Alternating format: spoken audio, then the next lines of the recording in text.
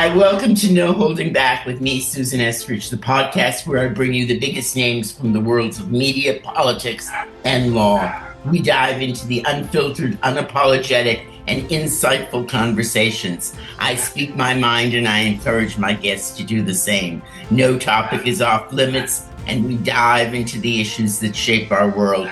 Today, I'm pleased to have back one of my favorite guests. Andrew Feinberg is the White House correspondent for The Independent, one of the most respected and relentless journalists on the DC beat. For years, he's been at the front lines of American political chaos, asking the hard questions in briefing rooms where access is currency and truth is often the first casualty. From the Trump White House to the Biden administration, from disinformation campaigns to institutional dysfunction, Andrew has covered it all, and he's done it with clarity, courage, and integrity. It's my great pleasure to welcome back Andrew Feinberg to the show. Andrew, thank you so much for joining us. Well, thank you. A little overwhelmed by the introduction there. I would say if that's, if anyone holds me in that high esteem, they probably don't get out much. But thank you very much. No, you are one of the best. Andrew has been covering the White House for some time now, took on the likes of Kellyanne Conway in the first Trump administration, and is in there fighting the good fight. Andrew, what the heck is going on? I mean, we've got the head of the NSA fired today, even as we speak. We've got Laura Loomer in the White House telling the president who's disloyal and who isn't. It sounds like McCarthyism. It's out of control. What's going on? It is. I don't know if I would invoke any McCarthy's, Joe, Kevin, Eugene, but what is happening is a bit bizarre. As the New York Times first scooped, and then other publications matched, Laura Loomer was at the White House ahead of this big tariff announcement on April 2nd. And for those of you who don't know, Laura is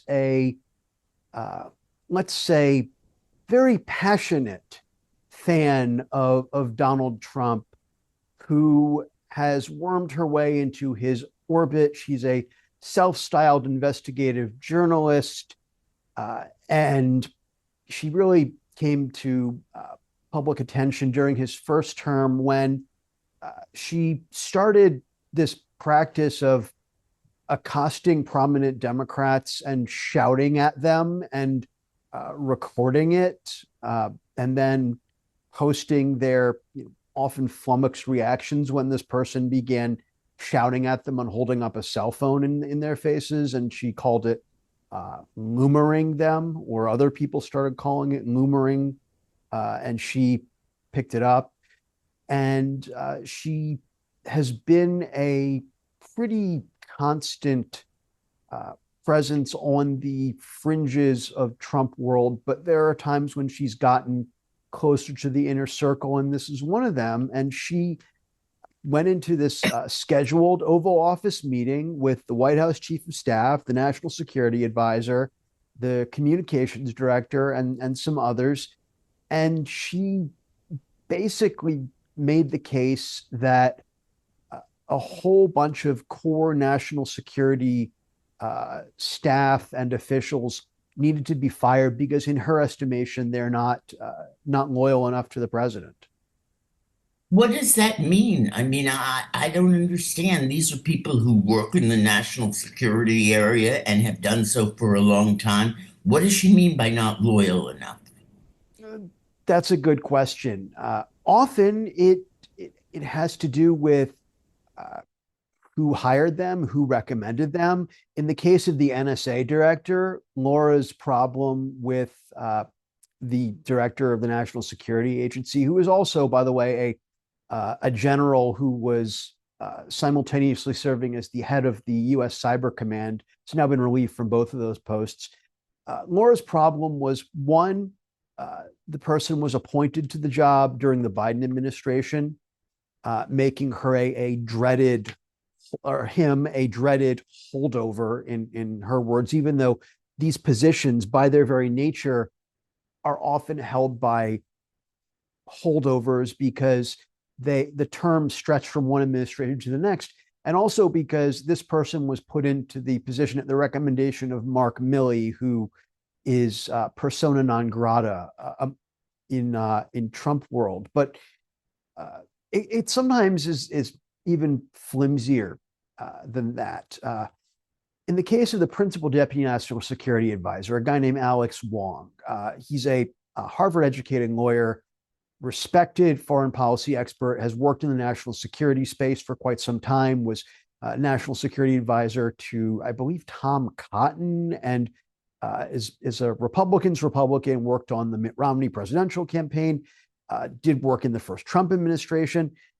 Laura seemed to be convinced that this person was responsible for Mike Waltz adding Jeffrey Goldberg to that infamous Signal group chat because he's Chinese. He's a Chinese American. His parents are immigrants from China. And his wife is also of Chinese extraction. And worse yet, for at least for Laura, she's a career prosecutor and worked in the DC U.S. Attorney's Office during the Biden administration because that was where she worked. So I'm not sure if Alex Wong is among those who have been fired, but Laura has a habit of making these leaps in logic based on a person's ethnicity or family connections. And she often gets very animated about it. That sounds like animated. What do you mean she goes crazy, right? She is a very enthusiastic poster, always on social media. She'll demand to know why was this person allowed to work in the Trump administration when they weren't, when their wife is Chinese? Are they, working on behalf of China? Or why was this general who was confirmed to be head of U.S. Cyber Command by the Senate and the head of the National Security Agency allowed to stay in this position when, even though it's a position that has a term that spans presidencies, when they were put in under Biden and they were friends with Mark Milley, and here's a picture of them, and this person must hold all of Milley's opinions because he's friends with Milley. It's not so much about what you may have said or done. It's more about who you are and where you've worked. It's very strange. Well, it's worse than strange. She posted about a young prosecutor out here who is a career prosecutor who was working Oh on yeah, I heard a about case this. about the ex-CEO of Fatburger that he'd been working on for, I don't know, a long time. That guy had made donations to the Trump campaign. And all of a sudden, out of the blue, Laura Loomer posts something that in social media 5 years ago, he said something praising Adam Schiff and critical of Trump for denigrating the rule of law. And all of a sudden, he gets an email from the White House saying that he's been fired from his civil service position as a career prosecutor because of social media 5 years ago discovered by Laura Loomer. I mean, this sends terror in the ranks of prosecutors who feel like, they could be fired by the White House at any time. It's nuts. And who is she? What does she believe in? Why does she have such influence over Trump? Well, she is. It's I'm trying to find the words to describe. I mean, I know Laura. I met her during the first Trump administration, and she was at that time she had just gotten her first taste of right-wing media fame. Um, she had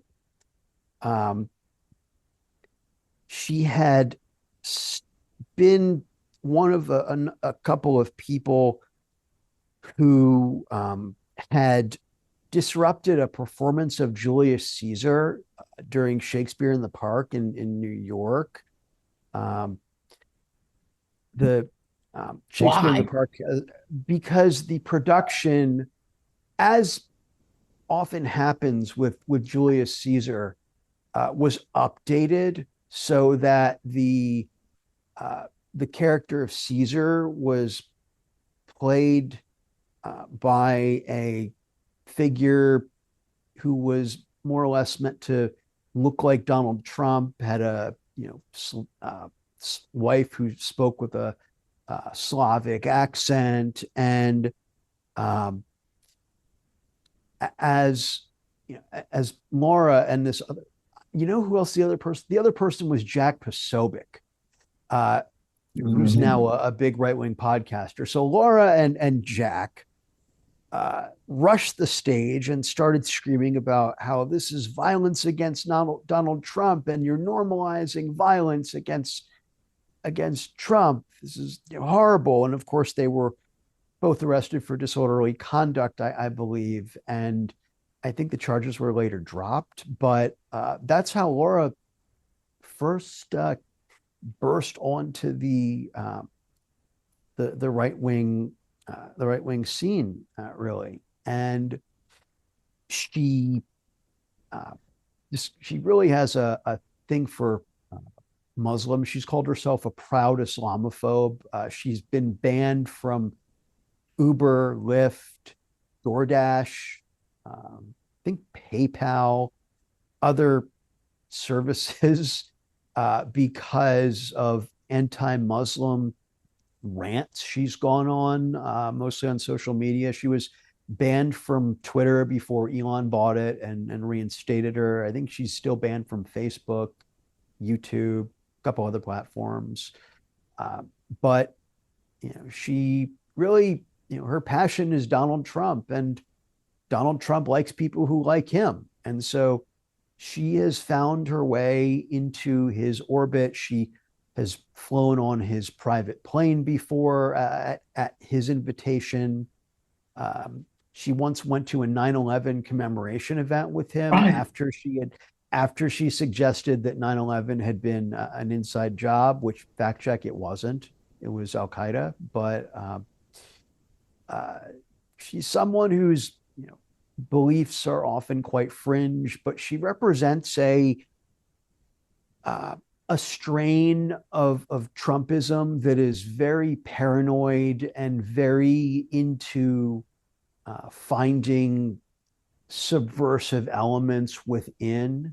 Um, and it's not a really great way to conduct oneself, especially when you're trying to run a national security team. But here we are.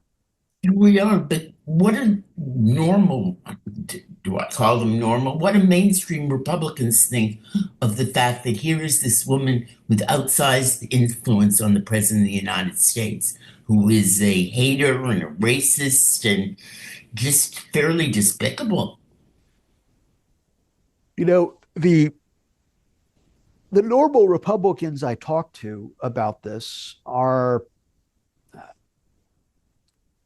resigned, bemused, um, you know, horrified, but in sort of what can you do way about it. This is who we've got in the White House right now, Donald Trump, and he's taking his staffing advice from Laura Loomer, uh, and hopefully there are people who they can hire of equal caliber who don't have the uh,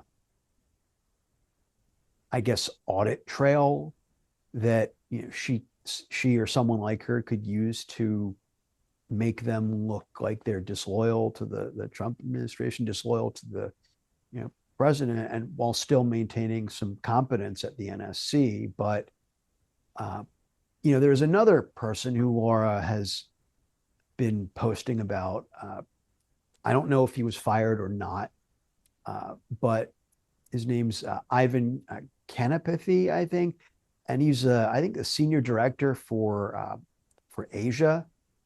He had served in the NSC during the first Trump administration. He's a veteran foreign policy professional, Republican, very competent, very respected. Mike Waltz brought him into the NSC because, in part, he had been at the NSC before during Trump 1 and knew his business.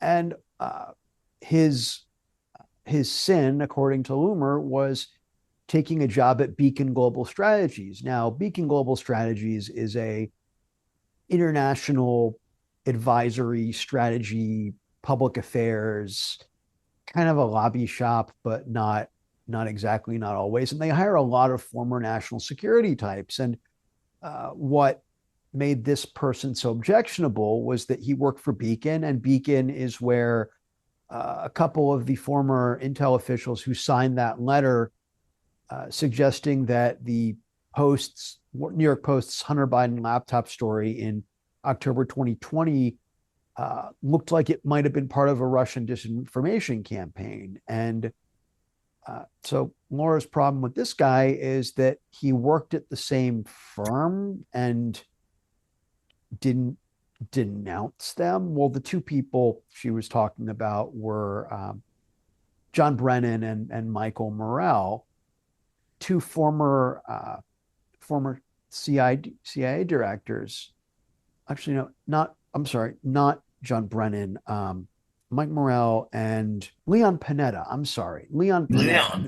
which is actually this actually makes it look worse because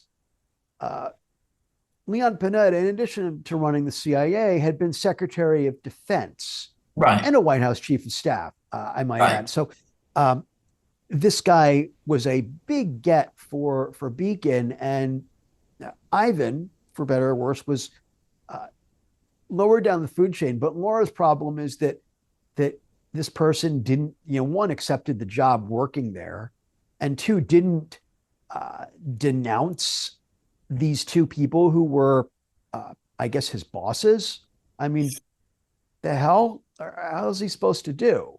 But this is what people at the NSC have to deal with right now, where any connections they have to Democrats or even Republicans who are out of favor could get them fired. Another person who was fired from the NSC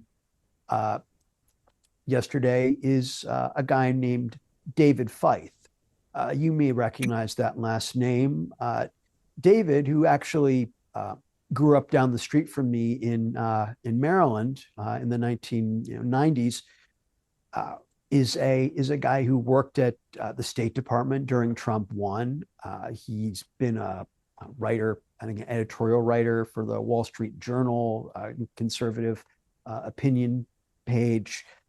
He's lived overseas, I think in Hong Kong for the WSJ, and he had a couple different key foreign policy roles during Trump 1. And he was in an NSC role dealing with technology issues, and he was canned. And from what I can tell, his only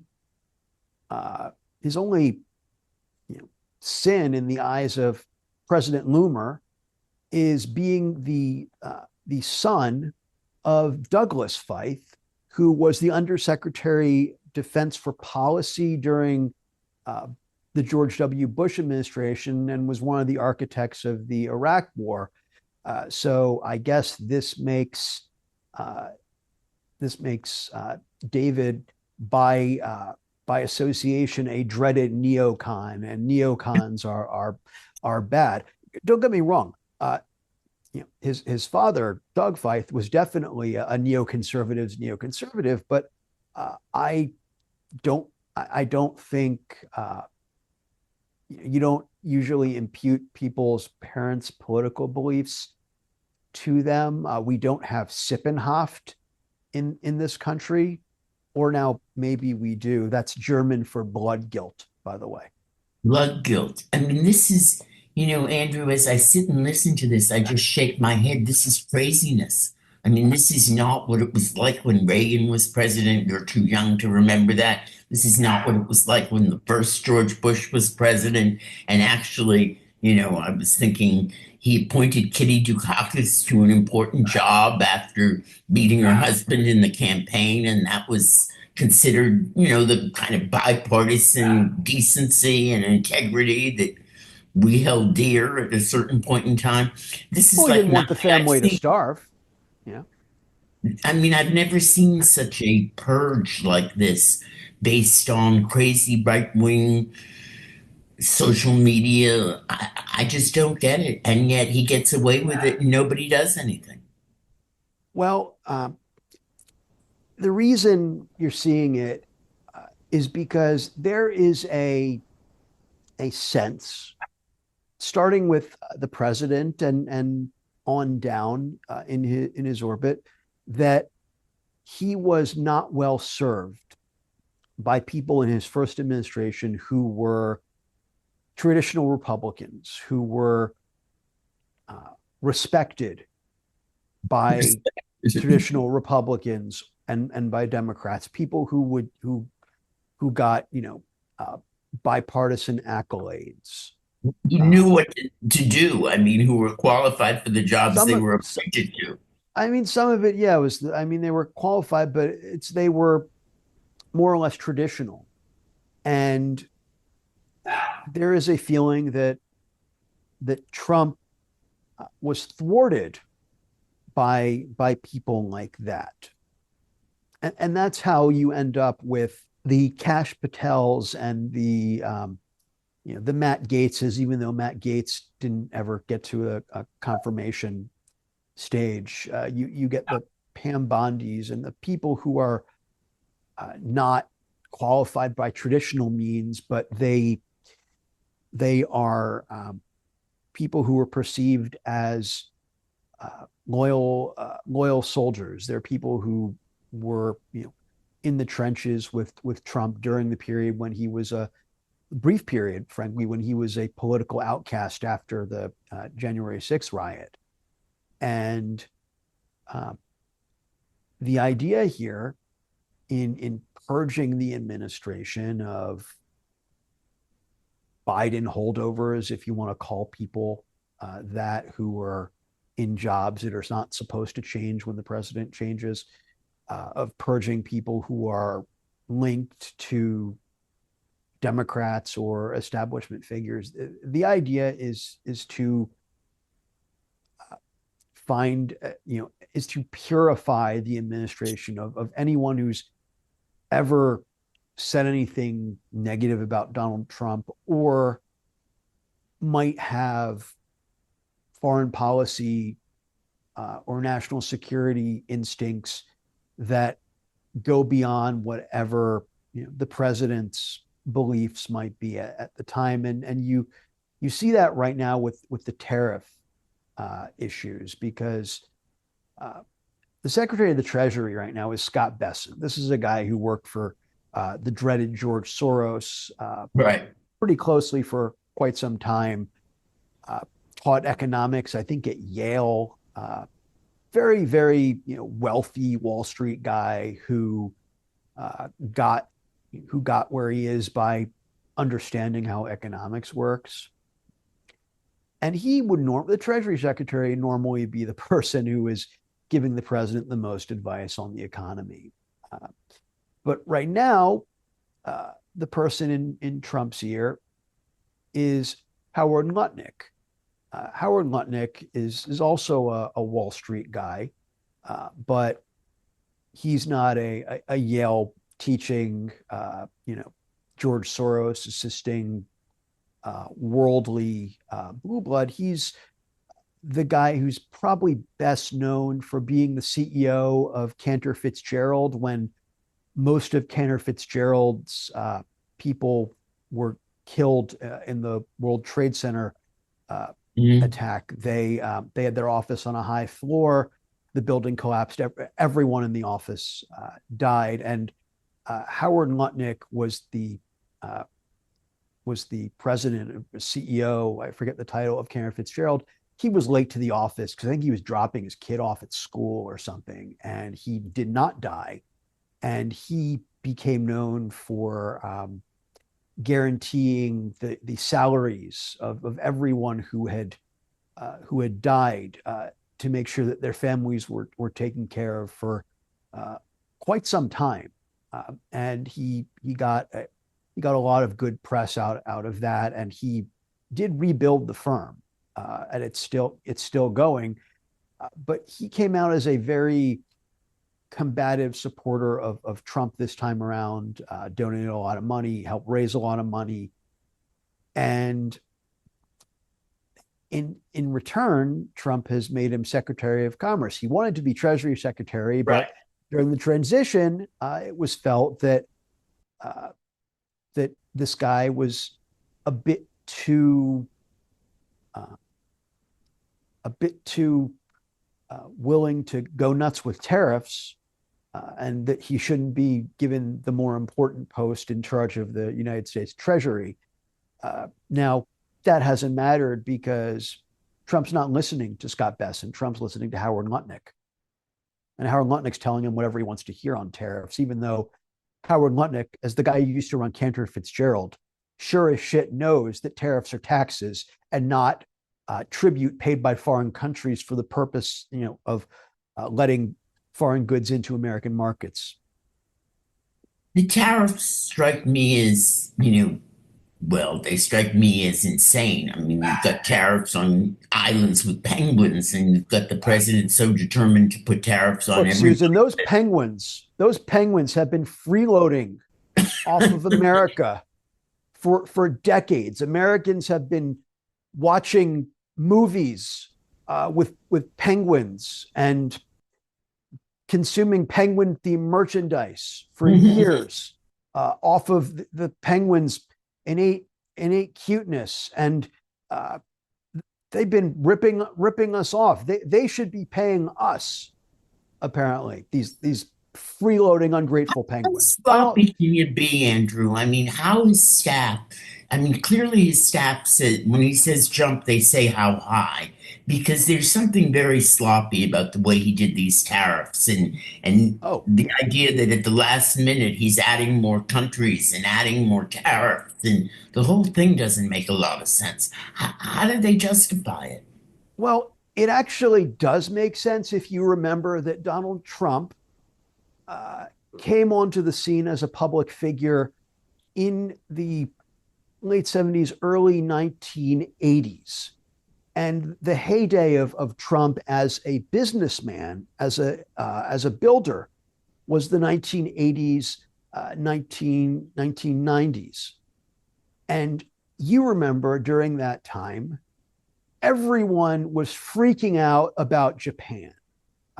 Japanese investors bought part of Rockefeller Center. I believe Japanese investors outbid Donald Trump on some real estate deals. More and more people were buying Japanese cars. They were becoming more and more popular because American car makers were still making these land yachts that people really didn't want. My parents had one of those gigantic Oldsmobiles Right. when I was growing up, and then they think they got a Cutlass, which was slightly smaller but still pretty big, and then I think Oldsmobile went out of business. But this is when Donald Trump was establishing himself on the scene. It was a very formative time for him in his life, and he remembers everyone freaking out about Japan and especially the auto industry. And at the time, you go back and watch interviews of him from back then, and he was talking about tariffs, tariffs, tariffs. And he's still talking about it in the same way. And for the most part, China has replaced Japan as his boogeyman, but uh, he is still operating off of the same 1980s worldview that if we're buying goods from other countries, made in other countries, that means we're being played for suckers, even though the world has moved on since the 1990s into a far more integrated global system of trade where other countries buy things from us, usually advanced services or things that are manufactured by American companies in other countries, and we buy manufactured goods. But the U.S. has moved to more and more of a knowledge-based economy over the last few decades, and manufacturing has become more and more of a global business. And Donald Trump, because he remembers these fights that happened in the 80s and 90s, thinks he can flip a switch and move everything back here, when what he's really doing is just blowing up the global economy for really no good reason. Because even if you brought factories back, the factories wouldn't employ people, they'd employ robots. Right. I mean, that's the insanity of it all. And Andrew, what's going to happen? I mean, the economy was strong. This latest jobs report was strong. The latest economic growth was strong. And now he's thrown this in. The market is tumbling. Is he going to just stick with it and prices are going to go up? People aren't going to be happy. I mean, nobody's going to be applauding when they go to the grocery store or the Target and everything costs more. I have no idea what's going to happen. I'm not an economist. I barely passed the economics class I had to take to graduate from the University of Wisconsin with a history degree. But I can tell you that these tariffs are going to make prices go up for pretty much anything we buy that's imported, including groceries. Because I'll give you a great example: coffee. Uh, we import coffee because you cannot grow coffee in the United States. The climate is not appropriate to growing coffee. That's why it's not grown here. So you put tariffs on a country on imports from a country like Colombia, where we get a lot of our coffee, or Indonesia, where we get a lot of our coffee, and the price of coffee goes up, and it's not protecting anything. It's not protecting an American coffee growing industry. It's just making everything more expensive. Yeah.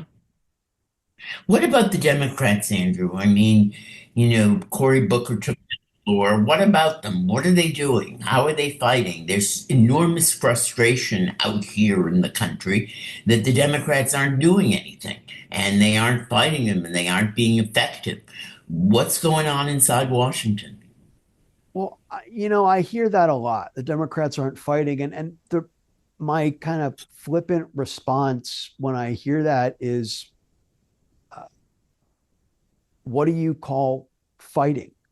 What do you consider fighting? Because from what I can tell, the people who are complaining about the lack of fighting are people who don't understand how our system works, and just uh, think that if Democrats shout louder and yell more, they'll magically have more votes in Congress. They don't have more votes in Congress. They don't control the House. They don't control the Senate.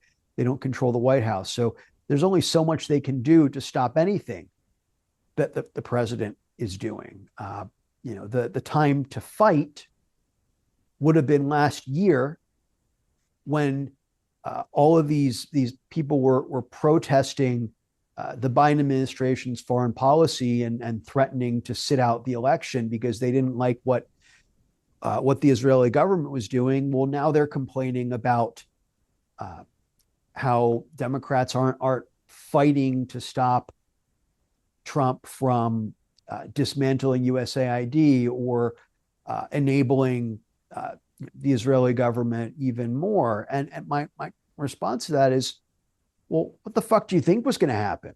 Right.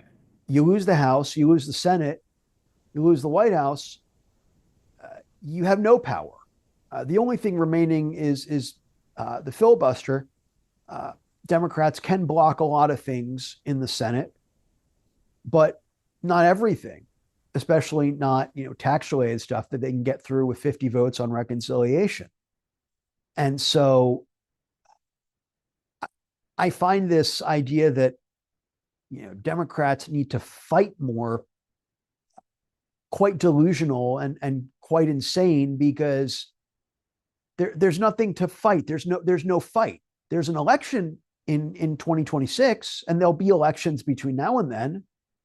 But legislatively, the only things that they can do are work around the edges on appropriations through the Senate, where there's still that 60-vote supermajority requirement for a lot of things, and then nibble around the edges in areas where they can find some bipartisan support. Now, one of those areas is tariffs, because the way the Trump administration is acting with tariffs is so egregious. You've got bipartisan legislation in the Senate to basically give the Congress veto power over these tariffs that the president's imposing.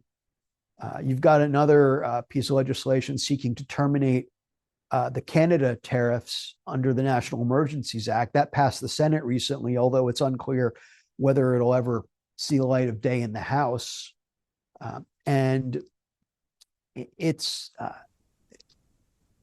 not a good situation for Democrats, because they don't have a lot of levers to pull. And this idea that, they need to fight, and just be more shrill and be more performative, and somehow that'll make things happen, is magical thinking. Now, Cory Booker, I thought it was very cool that he broke Strom Thurmond's record, 24 hours and 57 minutes or something. That was a record a lot of people thought would never fall, kind of like Lou Gehrig's consecutive games record when Cal Ripken broke it. Another formative memory for me as a kid growing up in Maryland. But historically, it's a very cool thing he did, but I'm not quite sure what he accomplished. There is this idea in Democratic circles, particularly in progressive circles, that puts a premium on performative things, on the shouting, on use of certain words. And I would say the performative stuff is what got Democrats in this mess. How so? Well, you look at the Biden administration, and objectively, they did a lot of good for the economy. But I remember pretty early on, I was visiting a friend who was a government employee, and this was during the early part of the administration when everyone was still at home, and they were doing all of their meetings virtually. And I was typing up something, and I heard on my friend's speakers on his computer a meeting, and the meeting started with a land acknowledgement statement. And a land acknowledgement statement is something that you say, to note that the United States is built on land that used to be controlled by Native American tribes, and you incant these words to acknowledge that the land is stolen and blah blah blah. Well, that's nice, but all it really does is inflame people who are concerned about wokeness, and that's at the one end of the spectrum, and then at the other end, it doesn't show that the administration cared about what's important, because they were busy in people's estimation with land acknowledgement statements and equity this, equity that, and diversity, what Republicans have denigrated as DEI stuff. And the Democrats didn't figure out that the more they used these magic words, the more the Republicans were taking those words and turning them into curse words, and turning them into things that were defined negatively in the eyes of the public. And when you heard all the talk about diversity and equity and inclusion and uh, LGBTQIA plus, what happened was a lot of people heard that the Democrats are more interested in catering to this spectrum of interest groups and various minorities than everyday lunch pail, kitchen table issues. And that's frankly a big reason they lost. Another big reason they lost is because Joe Biden couldn't deliver the message. He couldn't even walk because he broke his foot and didn't let the foot heal properly and picked up a shuffle that became a staple of Republican messaging about him being too old because he couldn't walk properly. And so the time to fight would have been early on in the Biden administration, when people who monitor political messaging knew that Republicans were turning all of these diversity initiatives that the Biden administration was putting forth into messaging that characterized it as anti-white, anti-male discrimination. And gave rise to the angry white males vote. And angry white women to a certain extent also, and also to angry Black males and angry Latino males and males of all shapes and colors who felt and feel, rightly or wrongly, that the Democratic Party was way more interested in doing things to help women than it was everyone. Mm-hmm. And whether that's true or not, I don't necessarily think that was the truth of the matter. But when you looked at the way Democrats have messaged for most of the last 5 years, you can forgive people who aren't, glued to the news 24/7 for coming away with that message when Biden's listing his accomplishments and saying we've appointed more women and more Black women and more Hispanic women to the federal bench than any other president. I mean, we put the first Black woman on the Supreme Court. All those things are great, but just because of the way Republicans message things and because of the way it sounds when you repeat it over and over again, eventually men are going to start saying, "Hey, what about me?" Right. And that's where Trump and Republicans really got the wind at their backs in this election, and from inflation and the Biden administration's failure to put that front and center. And so fighting, I don't know what the fuck people mean when they say they want Democrats to fight more. They have to win the next election to be able to fight. I couldn't agree with you more, Andrew. I could ask you one last question. Can the courts effectively stop this? Can they continue to stand up and issue these TROs and injunctions? And will the Supreme Court uphold them? Yeah, some of them, the lower courts will keep issuing injunctions and TROs when appropriate. The circuit courts, the intermediate courts of review, will uphold some and not uphold some. And the Supreme Court, from the stuff that they get from the lower courts, will probably uphold some and possibly not uphold some. It depends on the facts of the case and the legal arguments, but you can expect the courts to do their job. And people are going to complain that the Supreme Court is captured and they'll just be a rubber stamp for Trump. They're not going to be a rubber stamp for Trump.